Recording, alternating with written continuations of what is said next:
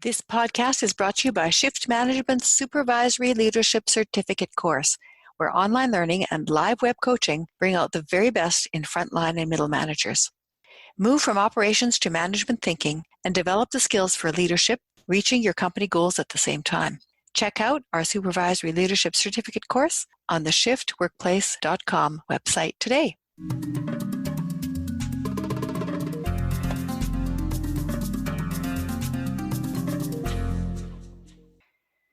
Hello, everybody, and welcome to the Culture and Leadership Connections podcast, where it is my honor to interview Colin Christopher, the hypnotist, who is a keynote speaker, a stage hypnotist, and a sought-after authority in hypnosis, appearing all over the world on networks like ABC, CBS, NBC, Fox, and many others. As a clinical hypnotherapist, hypnosis instructor, and author, Colin has also been featured in hundreds of prominent publications like the LA Times, the Daily Mail UK, Metro New York, Psychology Today, and Elle. He started off with his hypnosis career in high school when his drama teacher was ill, and he took over the class in a relaxation exercise, and it just grew from there. He speaks on topics varying from weight loss and quitting smoking to dating, sales training, and how to manipulate a boyfriend to propose. So I think you're really going to enjoy this interview with Colin Christopher. And Colin, welcome. Thank you so much for being a guest on our podcast. It's a pleasure. Thank you very much for having me. So that was just a little bit of information about you, but why don't you fill the audience in and tell us a little bit more about who you are and what you do? I think you started off great with that little tidbit of me back in high school. I had a drama teacher, Mrs. Kwan. She used to hypnotize us for relaxation during drama class. And I remember my friend Nadine, she came up to me because Mrs. Kwan was sick, and she said, "Colin, you should try it." And I said, "I don't really know how to do that." And she said, "Just give it a shot." And I remember the rest of the class, they sort of, they were overhearing the conversation. They said, "Yeah, Colin, yeah, do it. And I remember thinking, and naturally I sort of just gave in to peer pressure. And I just copied what Mrs. Klein was doing, and I hypnotized the entire class for relaxation. I mean, later on, once I figured out and took training and learned all about it and understood how it worked, I realized, you actually need training. People have trouble waking up if you don't know how to hypnotize them properly. I got really lucky that day, and everything sort of worked out. Being a hypnotist today with Mrs. Klein hypnotizing us and my friend Nadine. Yeah, just encouraging me. And I remember afterwards she said, "Colin, that was really awesome." I remember sort of just looking at her and thinking, yeah, I should be a hypnotist. So it's ironic, neither of them actually ever saw me do or perform a show. They passed away a number of years back. But really, those relationships that I formed with them, they're the reason that I'm a hypnotist now, because of their influence and because of their encouragement. So Colin, that's a great startup story. Not too many people can say they started their careers as a result of having hypnotized a drama class. So that's pretty good. Can you share a couple of incidents from your childhood that you believe made you into the person you are today? Yeah, I would say, so that's a really interesting question. I think definitely the hypnosis back in high school. I think couple of other ones that come to mind. There was actually one when I was about 7 years old. I was in grade 2. We were just playing out in recess, and I remember we were playing like a combination of tag and wrestling. I remember my hand actually hitting one of my classmates. It was like this accidental thing. There was nothing on purpose, like we weren't actually fighting, but it knocked one of his teeth out. I felt just absolutely mortified and terrified, and I remember I didn't even go back to class. I went over to the principal's office directly to kind of just turn myself in. It was pretty much it. Class started, and I didn't cry. I remember that at that point, but I remember the principal just coming in. He said, "You need to just go back to your class." I told him what happened. And so I went back to my class, and I just sort of came to the entrance and knocked on the door.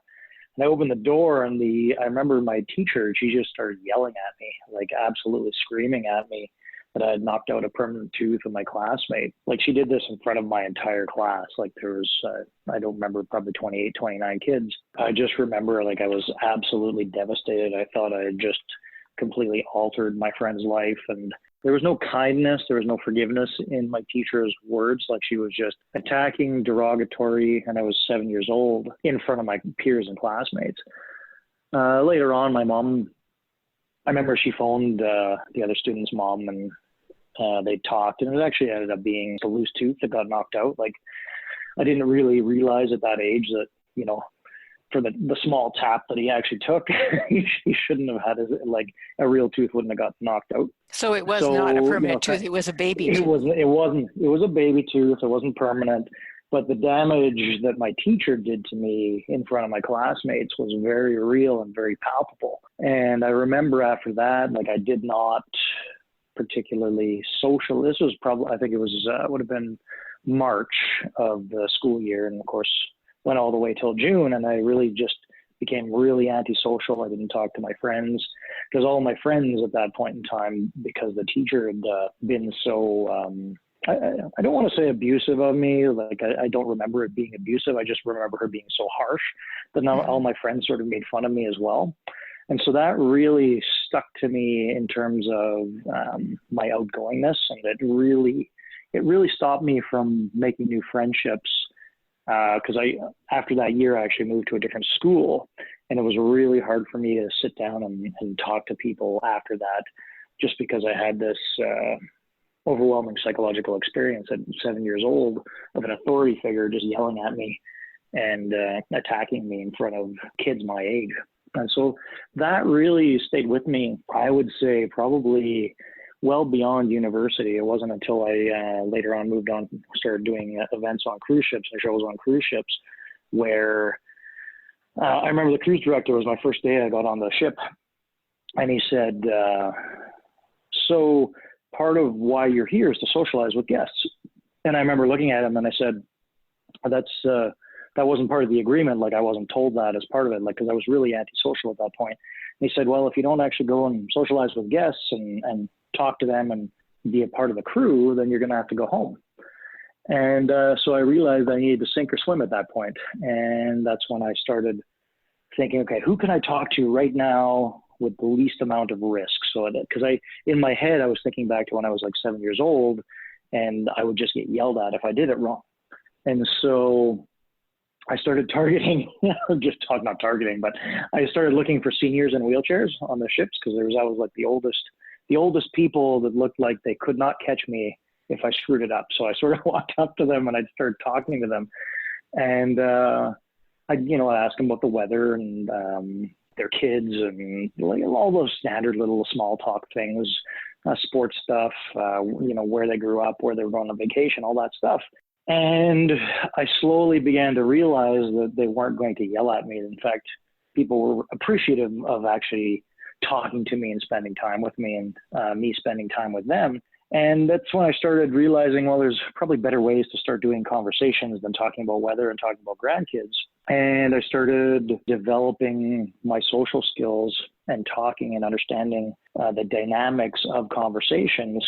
And then later on after that, because of that experience, I started seeing clients for hypnosis and hypnotherapy. And I realized those same conversation dynamics could be improved with the same dynamics that I use through a hypnotherapy session, asking very pointed questions, specific questions to get to the root of problems and to get people's opinions and get them talking. And so I think, although it started out rough when I was 7 years old, it forced me later on to really analyze how to communicate with somebody effectively so that they can open up and actually feel like they're having a genuine conversation with me and that I can genuinely help them.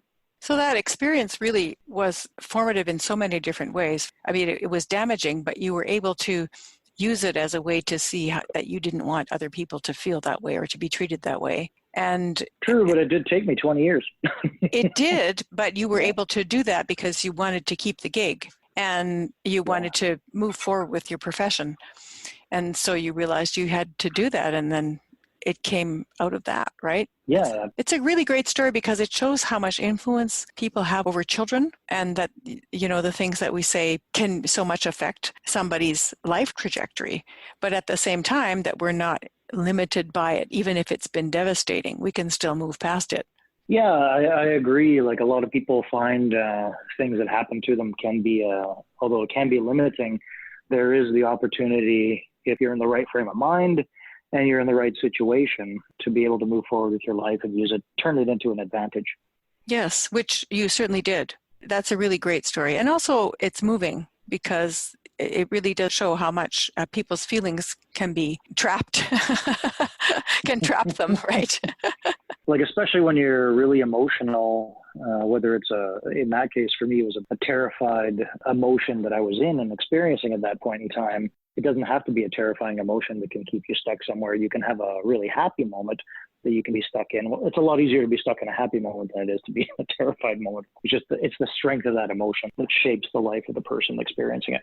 And how that judgment of another person can also affect them significantly because you felt judged and blamed for something that really you didn't understand that much. You were only 7 years old.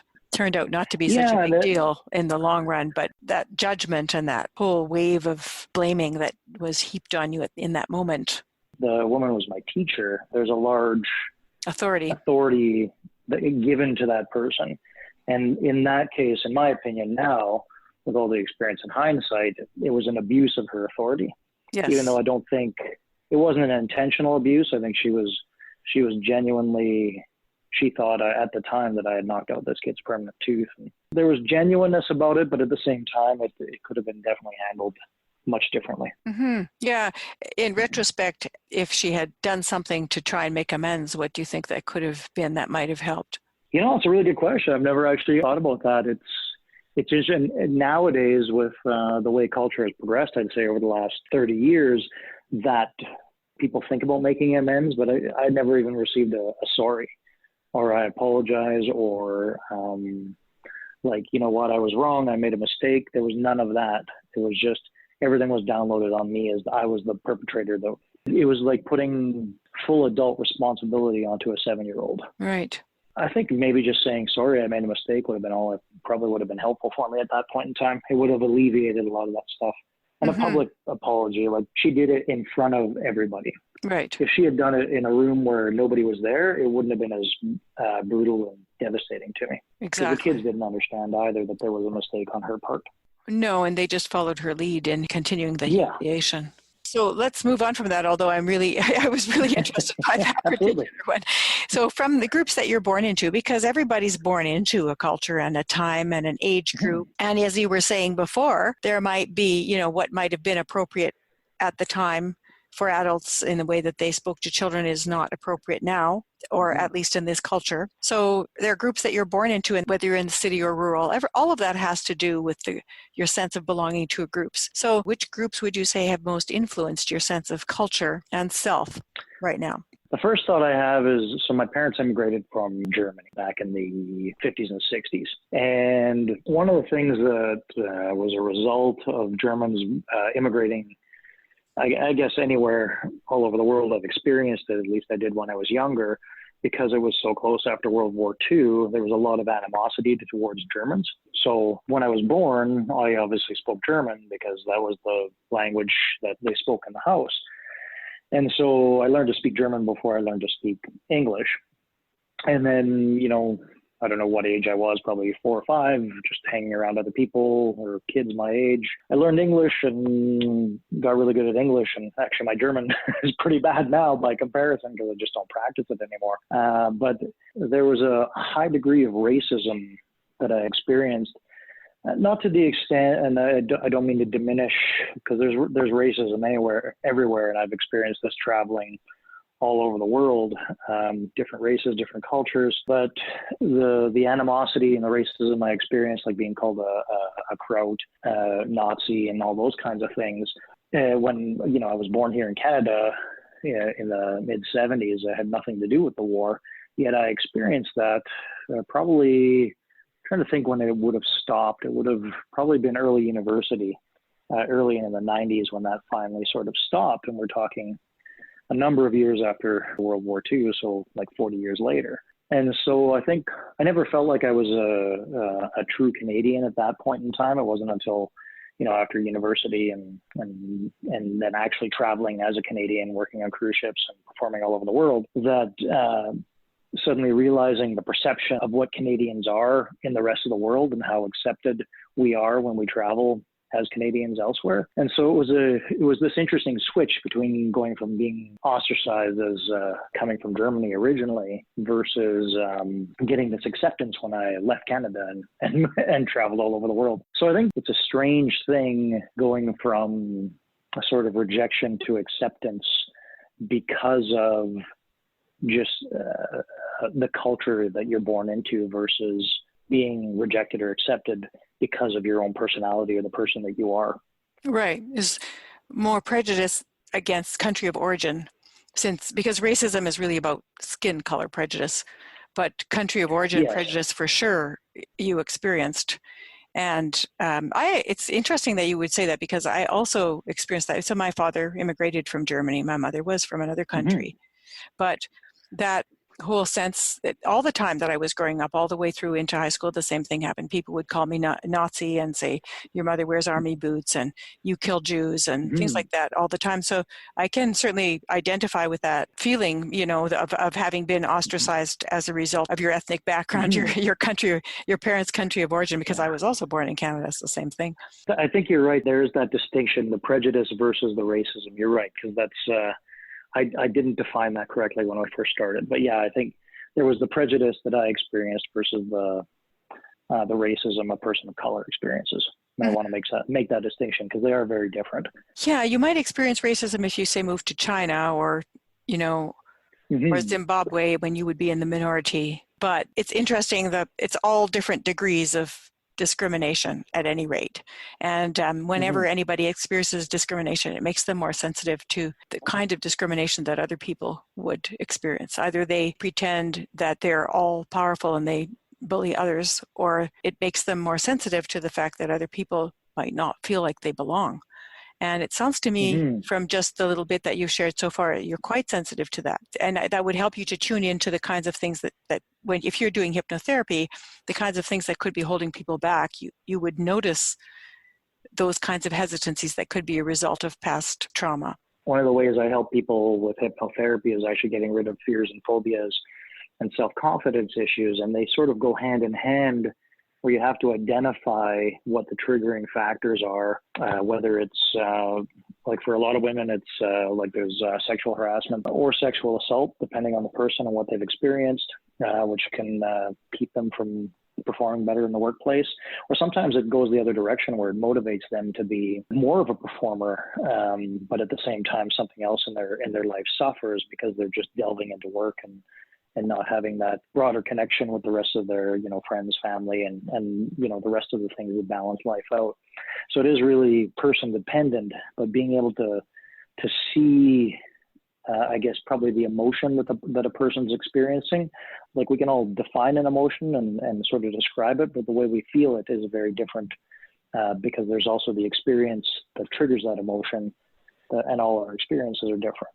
Right. And so, but being able to see the emotion and understand, okay, there's a reason there's an emotion here. So let's explore that emotion so we can find out what the experience and the trigger events are, so that we can resolve them so they no longer have that effect on a person, and then they can move forward. Exactly. I was wondering, when you were talking about, being born to German parents, do you have a sense of German culture, even though the language is not so strong right now, but that you feel was influential for you? Yeah, it's interesting. I sort of took that opposite route of, because we went to German like cultural clubs and German events, and there's some German choirs and those kinds of things that we went to go see. And my parents used to take me to the Citadel downtown here in Edmonton. Used to play German movies on Sunday afternoons, actually. So I remember we used to go to that. Just as an entertainment aspect. So I did experience a good chunk of the German culture. One of the things that really sticks out for me is I always found the older German guy. This was back when I would have been small, between, before I was about 15. I always found the German men really, really loud and obnoxious, and like sort of that stereotype of them, banging the beer steins on the table, and I always found that, I guess it was a turn off to my culture at that point in time. I found them just loud, boisterous, and obnoxious, and I didn't want to be around them. but I just didn't realize that it wasn't good or bad. It was just their personalities, and that's how they grew up. They were loud and boisterous people. And when people hang out with their own group, they tend to be louder. Absolutely, yeah. Well, yeah, working on cruise ships, we had people from like 70, 80 different countries working together at any given moment, and there are quieter cultures and louder cultures, and I didn't realize that until I saw them all intermingling together. The differences in culture, how complementary they can be at the same time, sometimes at odds at the same time too. That was I remember it was one of the hotel directors, Gotsis was his name. He said, there's very few places in the world where you can get 70 different countries working together in peace and harmony. I always thought that was beautiful because you would do these entire crew pictures, like we'd have like 800 crew members, and we'd get out on deck and do this big, massive crew picture. And you can just see, it's like, you're right. There is no place else that I've experienced where we can get that many people from different places, all working together for one common goal. And you have to. You're on a ship. What are you going to do? Absolutely. Jump off and swim to the next country? I mean. We're in the middle of the ocean. There's nowhere to go. Anyway, we got along great. Well, just a little bit of a sidetrack here. So was your dad one of those loud people with the beer steins, or was he different? I don't know the answer to that. I've seen him be loud, but I've also seen him be quiet. The guys I'm thinking of, I was only exposed to them at events. They were probably quiet as well. I was just looking at it through the lens of being small and only exposed to those specific instances versus the entire time and their entire personalities. Yeah, and you really see a difference in children too when they're young. If there's a group of people, making a lot of noise and kind of hooping it up, they either join in and start doing the same thing, or they look shocked and move aside. That's correct. Yeah, it's a good way of describing it. Yeah. So from the groups that you chose to belong to, because you went into the profession of being a hypnotist, and then hypnotherapy as well, which really is that using hypnosis to help people to get past obstacles in their lives. So I'm sure you have other groups that you've belonged to too. It could be languages you chose to learn. For example, I chose to learn French. So that became then a whole new group to belong to, and multiple groups within that group. So there might be some, as an adult groups that you chose. So what's that been like? What are some of those groups? Probably the first group would actually be the cruise ship group, because it's a group of people. Like when we were out there, you're in the middle of the ocean, there's nowhere to go. You're eating with these people, working with these people, you're seeing them every day. Like I have friends that I saw more in those 6 months than I would have seen my family in 3 years put together, because you're just there eating with them every single day. You form these bonds and friendships. It's funny, like as soon as somebody else who's worked on a cruise ship, if you find out you work on a cruise ship, there's this known understanding. Oh, you work there, I work there. And then it's like you just sit down, you start talking, and you start sharing the experiences, and it's amazing. Actually, one of my friends, Stephanie, she just came to town last year. Yeah, it was last year. I haven't seen her in, it was probably about 17 years the last time I saw her on a ship. But it was like yesterday, the last time we saw each other. And we just sat down, chatted, caught up, and, shared stories. And it was just, there's something magical about that, I think, cruise ship group. And anybody listening who's ever worked on a cruise ship, I think you'll probably agree and understand. So there's that group that definitely influenced my life. There's other groups like the Entertainers Association that I've been a member of, like probably one of my best friends, Sheldon. He runs an event rental company. And he's the person who actually got me in the first Entertainers Association that I became part of. He's probably one of the other people that I would credit for helping me get to where I am, because he is already a stage hypnotist at that point in time. And so being able to sort of brainstorm ideas and put together a show and get valuable feedback from somebody who's already been doing it, that was really valuable. So there's a bunch of stage hypnotists that we don't really have an official association with the stage hypnotists. There is an association for the hypnotherapist side, the American Council of Hypnotist Examiners. There's interesting training and camaraderie there. But the stage entertainment side is, I think there's something about just being an entertainer that only other entertainers really sort of understand, because we're on the road a lot and we're by ourselves a lot. So they sort of become this ad hoc family when you see them and you talk to them and you hang out with them.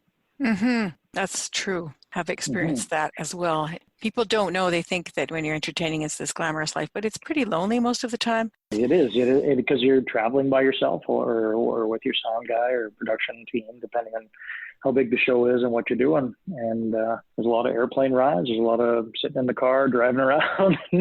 You're by yourself. Mm-hmm. And then you're in front of a big audience, and then you're by yourself again. Yeah. You're in front of a big audience for an hour, hour and a half, and then poof, it's all gone. You're by yourself again. Most entertainers in the beginning, they sort of experience that because there's this isolation side, that feeling of being alone all the time. And then there's this, the applause side or the adulation side, where all of a sudden everybody's, really interested in what you do. They want to know what you're doing, how you do it. And, they love the show. They're excited. And then it just disappears. But you're overwhelmed by this large amount of time where you're just alone and isolated. It takes a lot of getting used to. And a lot of entertainers, they sort of self-medicate. You hear the alcohol, the drugs, and all that kind of stuff. It's the ones that actually stay away from that seem to have the long staying power. They learn to manage their emotions in a more positive way. Yeah, and probably learn to depend on groups that, like what you mentioned, because we're social creatures. So talking about belonging to Entertainers Network and hypnotists, hypnotherapists associations, those kinds of things give you a sense of camaraderie. And then there are probably also ways to connect to family and friends here and there that keep you grounded. I've done some entertainment, but I haven't gone on, years at a time like you have. But my sister did for almost 15 years. So I really know how much that affected her and how ungrounded she felt. She didn't belong to any place anymore. The weird thing about that is that you can talk about it, but until you actually experience it, there's no real way to prepare you for it until you experience it. Right. It's like riding a bike. You can read all you want about riding the bike, but until you actually get onto a bike and start pedaling and experiencing it, you really don't know what to expect. Exactly. So how would you say your temperament and your personality affect the way you see things? The temperament is what you're born with. The personality is what you've grown into over time and experience, and choices that you make, like the choices that you made to become more sociable and things like that. I think temperament's also maybe shaped by experiences as well, what I am and what I'm not willing to accept. I think personality-wise, when you have a child, some kids will seem very pensive. Others will be very gregarious. Others will just have this guiding star to be creative, and others will have this guiding star to be attracted to the sciences, So people have some things that they're born with that just continue to drive them over time. Or they could have, certain virtues that they also show. Some kids are just very sensitive to others. Others are more, they take a leadership role in any situation. Others are really strong on appreciation. So does that give you some ideas?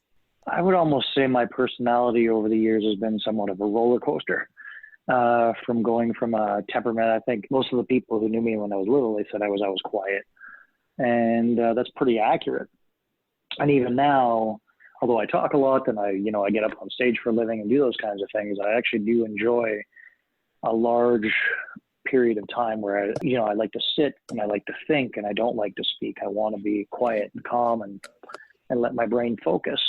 And so developing that personality of getting up on stage and performing and doing all those things, or that I have done and continue to do, that really took a lot of time and it took a lot of effort. A lot of people think, it's interesting, like we're both in BNI, which is how we met. And people see me speak and they think, oh, I'd love to be able to speak like Colin and, be able to make it look effortless. And it wasn't effortless in the beginning. And I think, as you see people who join BNI as an example, who are really nervous about speaking, not terrible, but just nervous, because they practice and they go through it, there's an evolution. And I think the biggest personality change I would say is that evolution from being that temperament of being quiet and silent to this outspoken person that can present and be in front of a group of people and have fun or be serious depending on what's required, and yet that sort of roller coaster. Now that I've developed that, I still like going back to the temperament of being calm and quiet and on my own a lot of the time. Mm-hmm. How would you say that affects the way you see the world? I don't ask any I'd questions say, on this podcast. yeah. You've noticed that, eh? Yeah. Okay, let me switch to what's your favorite color? They're great. They're great questions. They're great questions. It's wonderful to be able to think and refine and define something. So let's go back to that. The last question you said was, how does that... This quiet and reflective temperament that you mentioned several times, how does that affect the way you see the world? I think the way it affects me the most is it allows me to dissect and analyze the world. It allows me to take a step back. Okay, I can see the wind blowing. I can see the leaves moving in the tree. But then it allows me to take that step back and say, well, where does the wind come from? What's the reason the leaves are moving? What's the reason, the tree is growing? Where does it come from? And being able to take that step back and that calm quietness, if I'm at the personality point where I'm, talking on stage, doing my thing, I'm not taking that step back to really say, where's this all coming from? Why is it the way that it is? In my introduction, you talked about that one thing where I made an article about how to manipulate your man into getting him to propose to you. And the question isn't really, if you take a step back, it's controversial because we use the word manipulation and people are either happy with it or displeased with it, depending on their experiences. But if you take the step back, what are the reasons this person hasn't asked you to marry them in the first place? What is it that you're doing that's not connecting the two of you together so that you're getting what you want, and at the same time, they're also receiving what they want, depending on what it is that they want?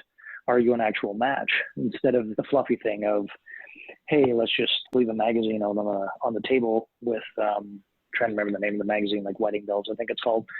But, having these psychological hints as to, hey, I want to get married. Hey, I want to get married. But what's that deeper aspect of what's the reason you want to get married? What's the reason you want to be with this person? What's the reason they want to be with you? How do you make that a more gelled experience so that you can move yourself together forward? Right. I think the temperament affects my worldview in terms of it allows me to ask deeper questions. Yes, I agree. Now, you've already given a few examples of this, but can you recall a time when you became aware that your cultural understandings were just specific to you and not normal, that they were specific to your culture? And I think you mentioned this when you came into the cruise ship and you started to realize that there were louder cultures and there were quieter cultures, and that your experience of German men was perhaps part of the culture. I think you started to think about culture differently when you came into that cruise ship experience, if I'm not mistaken. Throughout the entire interview, you've been talking really about how there were many things that divided you from others. And I'm just wondering if you can think of another time when that applied and where you really were jolted into the fact that, hey, what I've experienced is just particular, not only to me, but to the group that I'm familiar with. It's not just normal.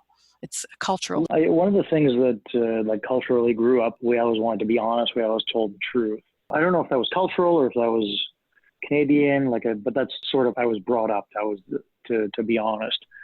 And I dated a woman from the Caribbean, grew up in Trinidad, Tobago. And when we were discussing her family and interacting with family, it was actually quite common to make things up or to exaggerate or just outright lie. And so I outside of the cruise ship is this relationship experience that I had, where on my side, I was used to just being honest and telling the truth. And on her side, she was used to making things up. But from my perspective, because I was expecting her to tell the truth, she said this was a very cultural thing. Like around the dinner table, we were expected to make things up and exaggerate. It was more for entertainment purposes, but I wasn't privy to that information until later on in the relationship. And so that was a really eye-opening experience of, someone who was, really good person who, I love very much. She loved me very much. There were great things about the relationship, the two disparities of the way she was brought up to the way I was brought up. that really clashed in a lot of ways. So that was a different experience for me. That's a great illustration. I don't know if it's honesty so much as the whole face saving and status gaining, which is different in every culture. So what you would do to gain status in one culture would be not what you would do to gain status in another culture. What would be humiliating in one culture would not be humiliating in another. What would be considered offensive in one culture would not be offensive in another, because honesty is a cultural value in every culture around the world. But the way that it shows itself and the way it plays itself out and where it sits in a hierarchy of what is more important can vary greatly. When I was in Haiti, people typically in Haiti never admit to making a mistake. They will say if a glass breaks, they'll say the glass wanted to fall off the table. It was feeling weak and it decided to break itself. And at first I was like, what are you talking about? You just knocked the glass off the table and that's why it's broken. Just fess up and be honest. But it's just a different way of looking at the situation that is intended not to cause loss of face to the person who just knocked the glass off the table. It feels like such a shock. It feels like, this is fundamental values that we are not going to be able to get over because we won't agree on it. At the same time, the beauty of it is you don't have to agree on it. I think that if you take the step back and say, you have your way of doing things, I have my way of doing things, yet at the same time, we could still come together and do something amazing. Yes. If we want to. And you could also maybe ask, because you're good at asking questions anyway, what does honesty look like to you? What does honesty look like in Trinidad and Tobago? Tell me a story about a really honest person in Trinidad and Tobago. That would have been a great question to ask if we were still together. Too late. So sad. Sorry about that. I could have used that question about 10 years ago. Well, of course, it's easy to say these things in retrospect. It's like, you're in the moment, right? Absolutely. But that was such a great example what you gave, because it really shows that you're aware of cultural disruption. And many people are not aware of it at all. When I ask them that question, they just can't get their minds around it. They don't know, what are you talking about? Everything I do is what the whole rest of the world does. They just don't understand that, but you got it right away. I think that comes from just traveling. The only real way to grasp that things are different elsewhere is to really experience it elsewhere. That's true. I think it was like grade 6, we used to read about the Aztecs, and there was this game that they used to play where the losing team captain would be beheaded. I couldn't grasp that at that age, but then a number of years later, back in 2004, I was down in Chichen Itza, which is about 4 hours away from Cancun by bus. And you actually see the place where they played this game, and you see the pyramids that they constructed, and you look at it all, and then it's like, okay, now it makes sense. It still doesn't make sense to me that they would behead somebody for losing a game, or maybe it was winning the game. I can't remember now. I think they were still on the fence the last time I remember reading about that. I digress to that point, but it's seeing that there was this different way of life as to why like each adult was only allowed, like, I think it was 2 like burrito corn breads and these kinds of things. Like everything was very regimented, but it had to be that way because of the resources available to them at the time, which, compared to where we are right now here in North America, we have a different resource set, we have a different value set, but it was very acceptable for them at that time, but without actually being there to see it, it just didn't make sense to me. A lot of things when you look back in history don't make sense, and I'm sure people will look back in history 200 or 300 years and say, what were those barbarians doing in the 20th century, the 21st century?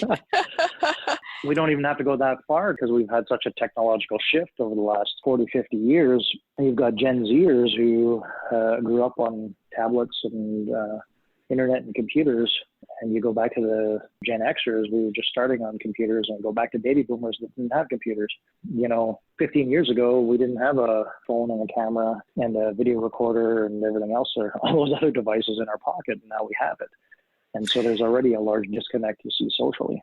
Well, there is always from the technological standpoint, but in a future civilization where we don't kill people, and we're looking back at the history of humanity where human beings kill other human beings for no reason. Animals only kill for a reason. We would say, what was the matter with those people? Why would they do that? And so we can look back and say, why would you play a game where people's heads get cut off? but people are still torturing and killing and, exploiting each other on a massive scale all around the planet. And why would you do that? What is the point to that? That's the part we're going to look back on and say, what was wrong with those people? So we're reaching the end of the interview. And I'm going to ask if you were going to give some tips to somebody who was going to hire you. And I'm sure that happens all the time because people are hiring all the time for speaking gigs, and they're hiring you as a business owner to do hypnotherapy, or maybe they're hiring you for a book, right? So what would you say to them about what would be the best way to work with you and how they could communicate most effectively with you? The most effective communication with me is just picking up the phone, unless we're geographically located together where we can actually meet first face to face, is to pick up a phone and talk. In a conversation, the things that I would be looking for is if you're interested in having me do an event or see me for therapy or whatever that is, I would want a clear clarification about, what's the purpose. So if you're doing an event, for an example, what is it that you want the participants and the guests to feel? Do you want them to be entertained, or do you, like in cases of when I'm doing sales training, do you want a specific outcome that you want participants to have?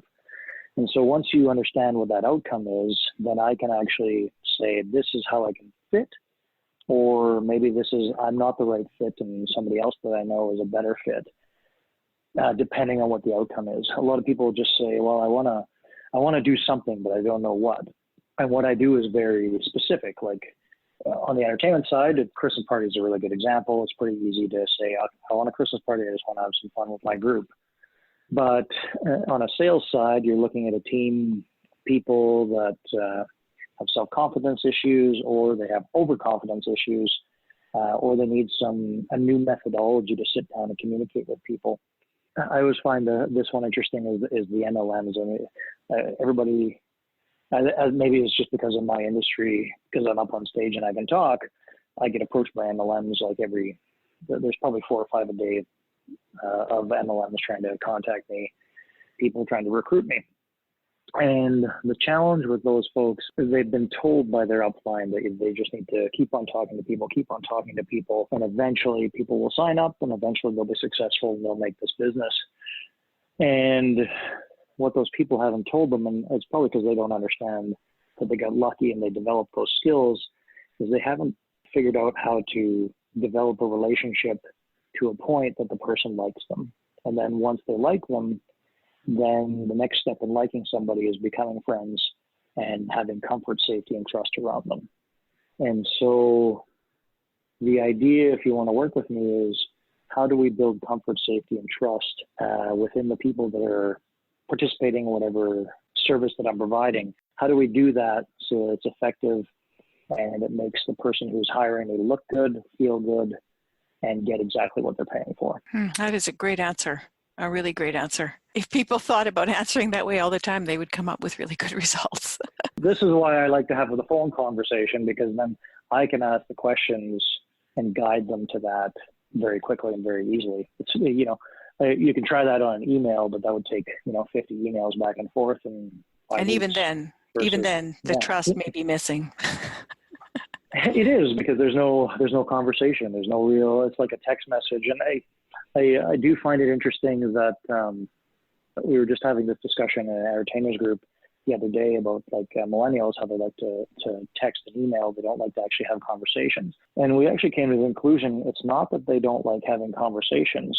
They love having conversations, but they want the conversation experience to be valuable. There needs to be a reason other than I'm just providing a service. If you're just providing a product or a service, there's no reason for them to pick up the phone to talk.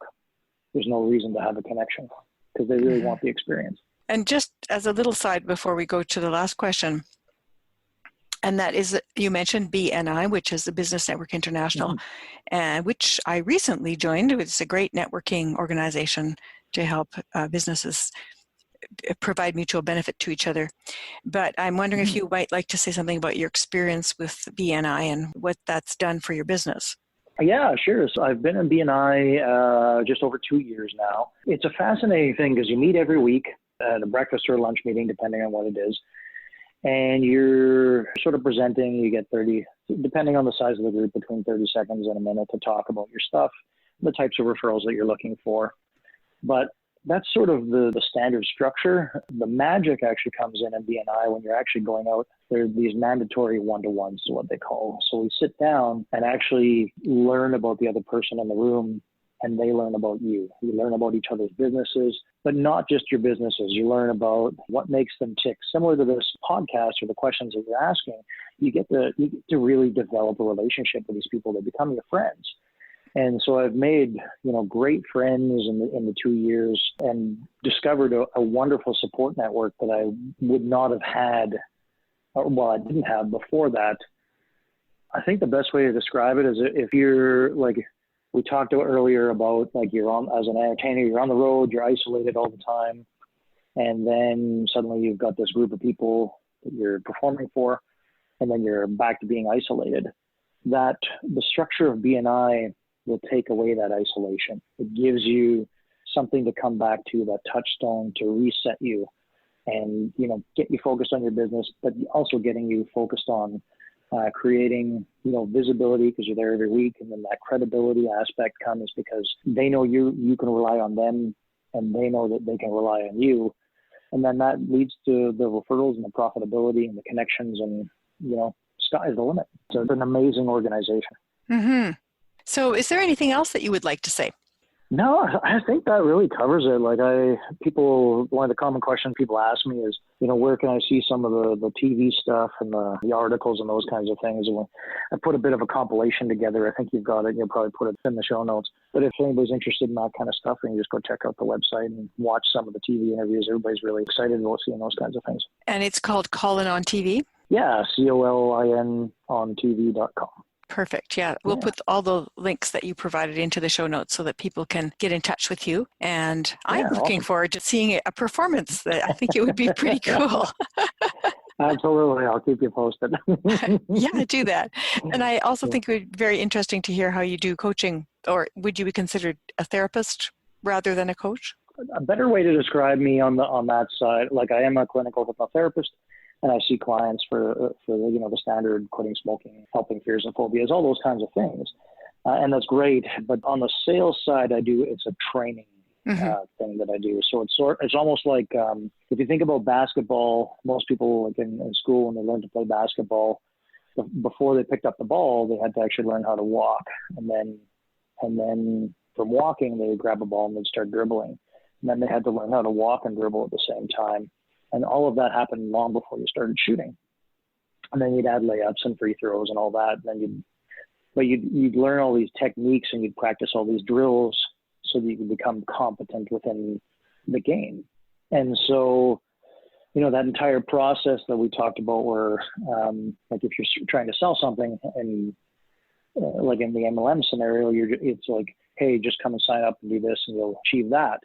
But what that missing link is, how do you actually connect with that person so that the person likes you, and you develop that relationship so that they're actually a real friend, and you want to do business together. You want to trust each other because there's that true, genuine relationship. And there's all kinds of different exercises that I've developed that can drill you and train you on that. And that's sort of the training that I do so that you can create that in a duplicatable way. You can create that, I like you, I'm connected with you, but not in a fake way, in a real way, like you would with, like you can think of any friend that you've got. If you think back to the first time that you met, you remember what you did, what happened, the excitement, whatever it is, and all those steps happen naturally. What's missing, and the great thing that, that I sort of developed when I was on cruise ships and with therapy, is how do you make that a duplicatable process in a natural way so that it's actually real and genuine. Yeah, I think that was a great way to end, because it shows how important everything's really based on relationships. And this podcast is all about that. It's about relationships within groups and how we form networks. For an entertainer, that almost seems like it's not necessary, but it is very necessary, because that's how your audience grows. That's how, and you've been able to manage moving from entertainment to getting people to have assistance on one-on-one with issues that they want to deal with, to helping them to develop skills in a training context. So all of those things really show that you're a trustworthy, capable person in a variety of different contexts. And I feel very honored that you spent this time on the podcast. And I'm sure the listeners will learn a lot from listening to you. Oh, it's my pleasure. I really appreciate you inviting me. Thank you so much, Colin. Have a great day, and thanks again for being a part of the Culture and Leadership Connections podcast. My pleasure. Thank you. I really did enjoy my time here.